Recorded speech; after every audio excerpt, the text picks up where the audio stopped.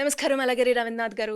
నమస్తే అండి సిరి గారు. విజయవాడలోని విశ్వ హిందూ పరిషత్ ఆధ్వర్యంలో జరిగిన హైందవ శంఖారామం గురించి, ఎస్పెషల్లీ డిక్లరేషన్ గురించి మనం ఏ విధంగా చూడాల్సిన అవసరం ఉంది, దానికి సంబంధించిన వివరాలు ఏంటి సార్? నమస్తే సదావత్సలే మాతృభూమే త్వయా హిందూ భూమే శుకం వర్ధితోహం అని అన్నట్టుగా నేల ఈనింద అన్నట్టుగా ఆ సేతు హిమాచల్ నుంచి వచ్చినటువంటి హిందూ జనవాహిని, అపారమైనటువంటి హిందూ జనవాహిని ఈరోజు విజయవాడ కేసర్లపల్లిలో జరిగినటువంటి విశ్వ హిందూ పరిషత్ ఆధ్వర్యంలో జరిగినటువంటి దేవాలయాల సంరక్షణే ధ్యేయంగా వాళ్ళు చేసినటువంటి డిక్లరేషన్, ముఖ్యంగా హైందవ శంఖారావం అన్నటువంటి ఈ కార్యక్రమం పూర్తిగా సక్సెస్ అయిందనడంలో ఎటువంటి సందేహం కూడా లేదు.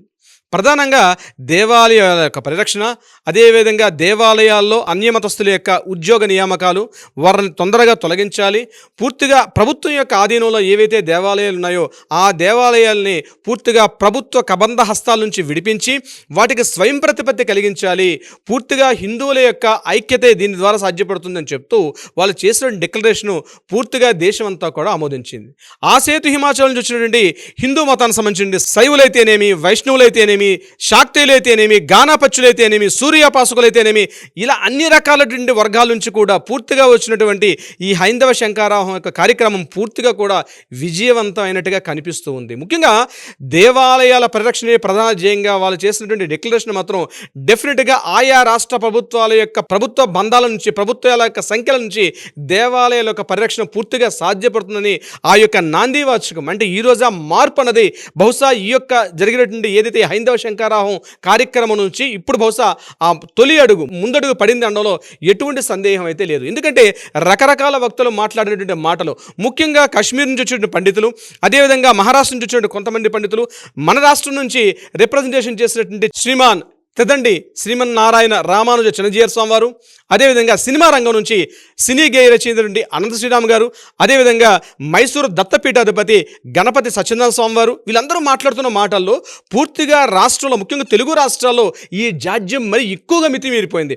మిగిలిన రాష్ట్రాలతో పోలిస్తే ఈ యొక్క అంటువ్యాధిలా ప్రబలింది. ఒక్క తెలుగు రాష్ట్రాల నుంచి ప్రబలినటువంటి ఏదైతే అంటువ్యాధి, ఏంటా అంటువ్యాధి అంటే పూర్తిగా దేవాలయాల యొక్క సంరక్షణ, దేవాలయాల యొక్క పరిరక్షణ, దేవాలయాలపై గుత్తాధిపత్యాన్ని ప్రభుత్వాలు తమ కన్నుసన్నులో పెట్టుకోవడం, అదేవిధంగా ఎండోమెంట్ డిపార్ట్మెంట్ దేవాదాయ ధర్మాదాయ శాఖ అంటే ఒక ప్రత్యేక శాఖని ఏర్పాటు చేస్తూ దేవాలయాల మీద వచ్చేటువంటి ఆర్జన ఏదైతే ఉందో, ఆదాయం ఏదైతే ఉందో, ముఖ్యంగా హైందవ సంస్కృతిని నిలబెట్టించుకోవాలి. అదేవిధంగా హిందూ జాగృతి కలిగించాలంటే ఆ యొక్క కనీస జ్ఞానం కోల్పోయి దేవ ఆదాయ ధర్మ ఆదాయ అని ఒక శాఖని ఏర్పాటు చేసుకొని ఆదాయమే పరమావధిగా చేస్తున్నటువంటి ఈరోజు మన తెలుగు రాష్ట్ర ప్రభుత్వాల్లో ఏదైతే ఈ దేవాలయాలు పూర్తిగా మనుగడ చాలా కష్టంగా ఉన్నటువంటి ఇటువంటి తరుణంలో ఏదైతే ఈరోజు తీసుకున్న ఈ యొక్క డిక్లరేషన్, ఈ హైందవ శంఖారావం పేరుతోటి పూర్తిగా వచ్చినటువంటి హిందూ జనవాహిని, అపార జనవాహిని, అదేవిధంగా వక్తలు మాట్లాడుతున్న మాటలో వాళ్ళ గొంతుకల్లోని, వాళ్ళ మాటల్లోని చూసినట్టయితే ఒక ఆవేదన కనిపిస్తుంది, ఒక ఆత్మావలోకనం కనిపిస్తుంది, ఒక టెన్షన్ కనిపిస్తుంది. అంటే ఇలానే జరిగితే కొన్నాళ్ళకి పూర్తిగా హిందూ దేవాలయాల మనుగడ అన్నదే పూర్తిగా కనుమరుగైపు దిశలో ఉంది. కొన్ని లక్షల దేవాలయాలు ఓన్లీ తెలుగు రాష్ట్రాల్లో ఉంటే ధూపదీప నైవేద్యాలు కూడా నోచుకోకుండా అనేక దేవాలయాలు ఇప్పటికి కూడా మన తాత ముత్తాతలు వాటిని పెంచి పోషించినటువంటి మన ఉమ్మడి ఆస్తి దేవాలయం. అంటే మనకి కష్టం వచ్చినా, మనకి సుఖం వచ్చినా, మనకు బాధ వచ్చినా మనం ఏం పంచుకోవాలంటే కూడా గుడితో పక్కన ఉన్నటువంటి దేవాలయంతో మనకు విడదీయరని ఒక అనుసంధానం అయిపోయింది గుడి. కానీ ఈరోజు గుడికి మనిషికి పూర్తిగా డిఫరెన్స్ అయిపోయింది. దేవాలయాల్లో టెంకాయలు కొట్టే దగ్గర మొదలైంది, చెప్పులు పెట్టుకునే చెప్పుల స్థలం దగ్గర మనం డబ్బులు ఇస్తే కానీ ఈరోజు దేవాలయాన్ని దర్శించుకోవాలంటే ఖచ్చితంగా కనీసం జేబులో ఒక 100 రూపాయలు, ఒక 1000 రూపాయలు లేనిదే కనీసం దేవాలయాన్ని దర్శించుకోవాలని దుస్థితిని తీసుకొచ్చే ఈరోజు మన యొక్క ప్రభుత్వాలు ఈ దేవాదాయ ధర్మాదాయ శాఖ అనేటువంటి దీంతో, అంటే ప్రభుత్వం యొక్క ఆజమాయిషీలో, ప్రభుత్వం యొక్క ఆధీనంలో పూర్తిగా దేవాలయాలు ఎప్పుడైతే వచ్చేసాయో ఈరోజు ఏదైనా కష్టానికైనా సుఖానికైనా, ప్రతి పండగకి, ప్రతి పబ్బానికి, ప్రతి సుఖానికి, ప్రతి ప్రసవానికి, ప్రతి చావుకి, ప్రతి పుట్టుకు కూడా, ప్రతి సంఘటనకి మనకి దేవాలయంతో అనుసంధానం. ఒకప్పుడు మన తాత ముత్తాతలతో దేవాలయంతో అంత అనుసంధానం ఉంది. రామాలయం లేనటువంటి ఒక ఊరు ఉండేది కాదు, శివాలయం లేనటువంటి నదీ తీరం ఉండేది కాదు.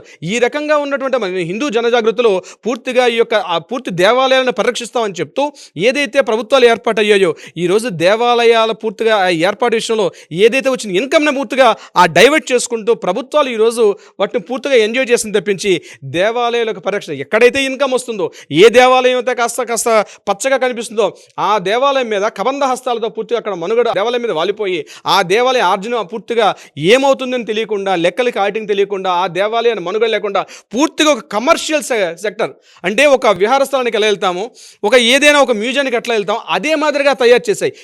ఈ మాటలు నావి కావు.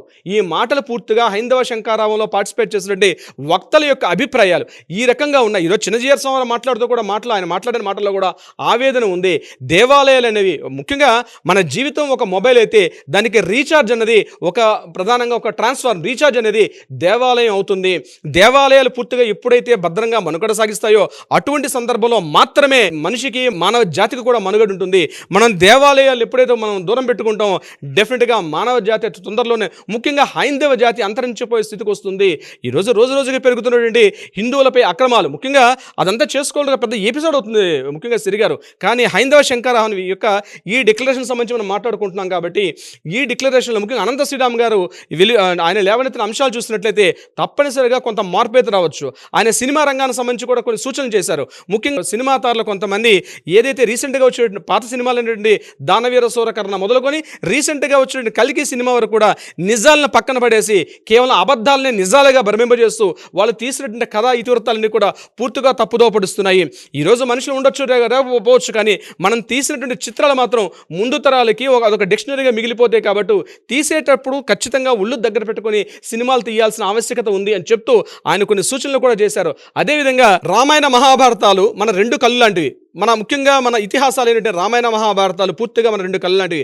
అందులో ఉన్నటువంటి సంఘటనలు వక్రీకరణ చేస్తూ మన రెండు కళ్ళను మనమే పొడుచుకుంటున్నాం అని చెప్తూ అనంత శ్రీరామ్ గారు చెప్పిన మాటలు నిజానికి కొత్త ఆసక్తిని రేకెత్తించే అని చెప్పడంలో ఎటువంటి సందేహం కూడా లేదు. ఏదేమైనప్పటికీ కూడా ఈరోజు ఏదైతే విజయవాడ కేసర్లపల్లిలో జరిగినటువంటి విశ్వ హిందూ పరిషత్ ఆధ్వర్యంలో జరిగినటువంటి హైందవ శంకారాహం కార్యక్రమం ఏదైతే జరిగిందో ఆ యొక్క డిక్లరేషన్ మాత్రం డెఫినెట్గా ప్రతి రాష్ట్ర ప్రభుత్వాలు కూడా ఒక డిక్లరేషన్ని ఏదైతే తీసుకొని రాబోయే తరాలకి ఒక మంచి సామాజిక వ్యవస్థని, ఒక మంచి దేవాలయాల యొక్క వ్యవస్థని మన ముందు తరాలకు అందిస్తాయని చెప్పి డెఫినెట్గా భావించడంలో ఎటువంటి సందేహం లేదు. సిరిగారు, thank you sir. Thank you so much. Thank you so much సిరిగారు.